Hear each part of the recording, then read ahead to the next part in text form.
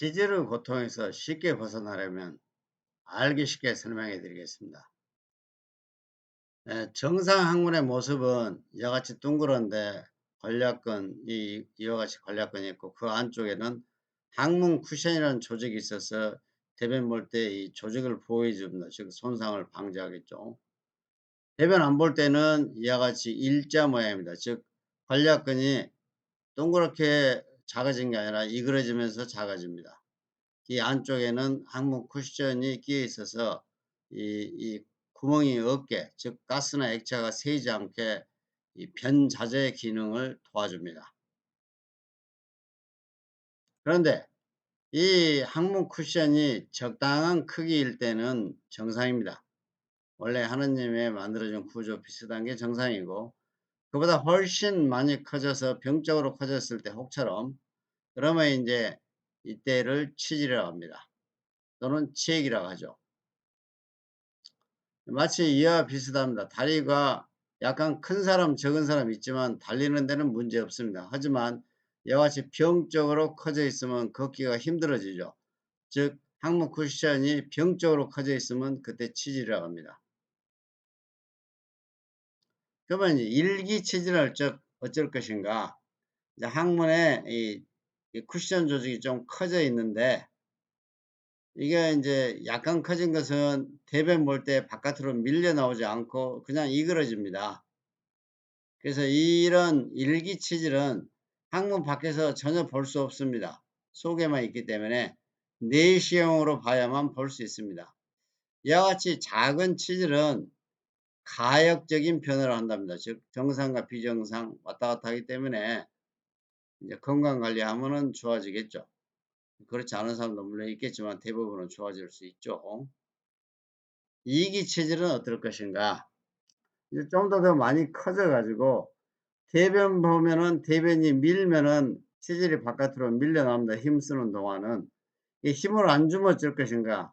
곧바로 항문 안 속에 들어가서 대변이 끝나고 나면 볼 수가 없습니다. 힘 줄 때만 볼 수 있는 게 이기 치질입니다.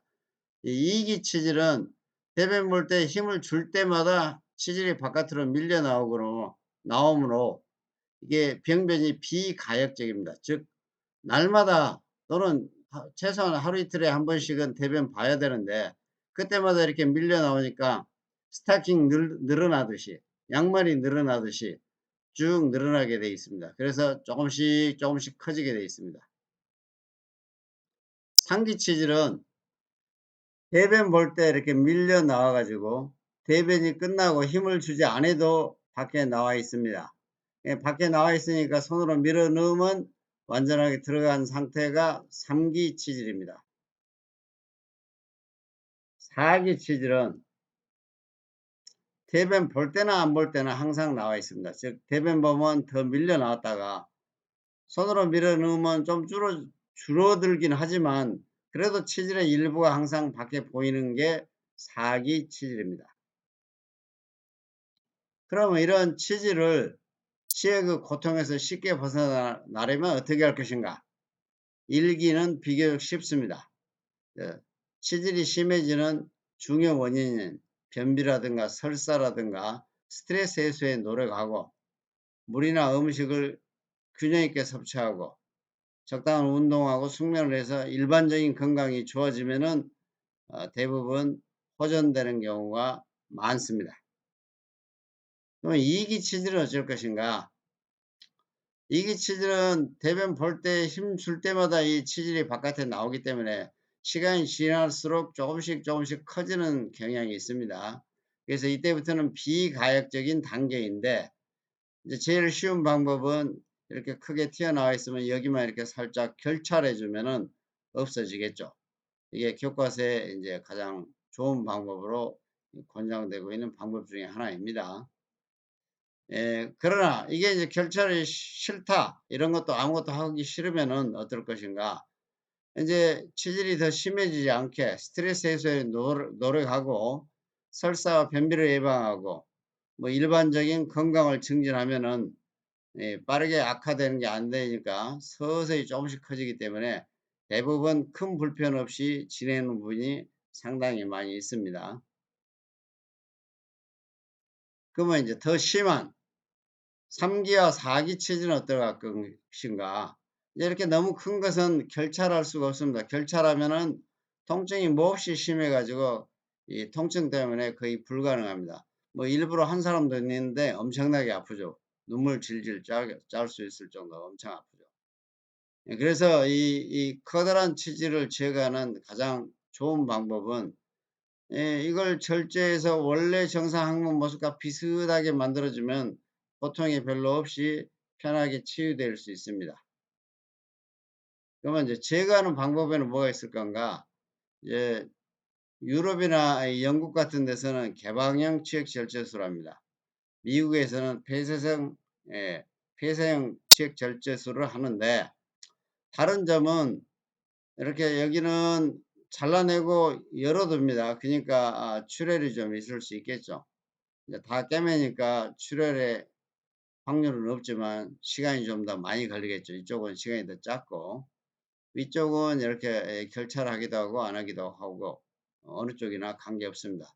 그러나 이런 수술 방법을 어떤 방법을 채택했는가가 중요한 게 아니라 수술 후 최종 항문 상태가 어떤 모양인가가 더 중요합니다. 즉 수술 후 최종 항문의 모양이 정상 모습에 가까울수록 아프지도 않고 훨씬 안 아프겠죠.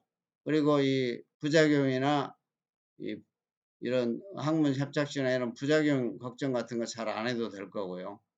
이제 정상 모양에서 멀어지면 멀어질수록 통증이 심하고 뭐 협착증이나 여러 가지 부작용 걱정을 하면서 아파지겠죠.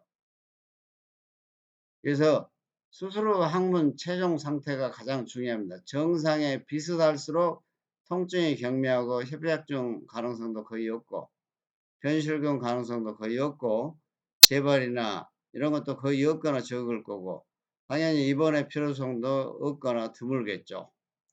정상 모습과 다를수록 통증이 더 심하고 협착증이나 변실금 이런 가능성이 더 있고 재발의 가능성도 아무래도 더 많겠죠. 그리고 입원의 필요성이 당연히 더 많아지겠습니다. 수술의 핵심은 이 원래 모양으로 거의 비슷하게 만드는 겁니다. 다리를 예를 들면 이와 같이 비슷하게 만들어 줘야지, 많이 잘라버려도 안 되죠. 왜? 한번 자르면 다시는 원상복구 안 되지 않습니까? 그래서 남으면 재발할 거고 너무 자르면 부작용이 많이 발생할 겁니다. 이제 이렇게 잘라내도 최근에는 입원이 필요 없어졌습니다. 입원이라는 것은 수술에 출혈을 하거나 통증이 심할수록 입원의 필요성이 많아지고요. 통증이 경미하거나 출혈이 거의 없으면 빨리 퇴원할 수 있습니다. 그래서 현재 입원하지 않는 병원들이 어디에 있을 건가? 미국의 하버드대 병원이라든가 스탠포드 대학병원 등에서는 입원하지 않고 치질 수술하고 집에 가게 합니다. 그러면 언제부터 이러한 수술을 하게 됐는가? 과거에는 혈전 제거 등 아주 단순한 치질 수술만 입원 없이 했는데, 복잡한 건 당연히 입원 수술했습니다. 하지만 미국에서는 약 40년 전, 즉 1980년경부터 시작했고, 국내에서는 1988년경부터 1988년부터 시작했습니다.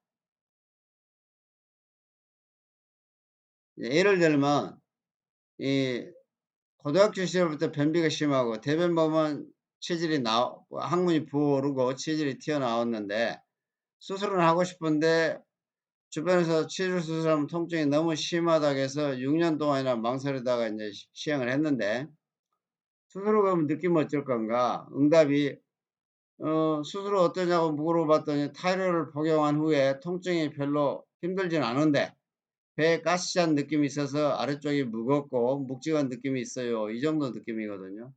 또 다른 애는 체질이 항상 밖에 나와 있고 뱀 볼 때 가끔 휴지에 피가 묻고 이 대변은 가끔 변비 있을 뿐이고 보통 하루에 한 번씩 보고, 그러나 가끔 찢어지는 느낌이 있고 이 자기도 모르게 가스가 나오거나 가스를 못 참는 경우도 있는데, 수술을 안 하는 중요한 이유가 이 직장 출근 때문에 그런데, 혹시 다음날 직장 출근할 수 있어요? 이렇게 물어보면서 수술하는 사람이 있는데, 이 수술 후 도착해서 "항문 느낌 어때요?" 물어봤더니 괜찮다고 하고, 다음 날은 느낌 어쩌냐고 물어봤더니 어제 수술 이후부터 통증은 별로 없는데 편히 보고 싶은 느낌이 지금까지 계속 있어요. 이 정도 가벼운 느낌이 대부분입니다.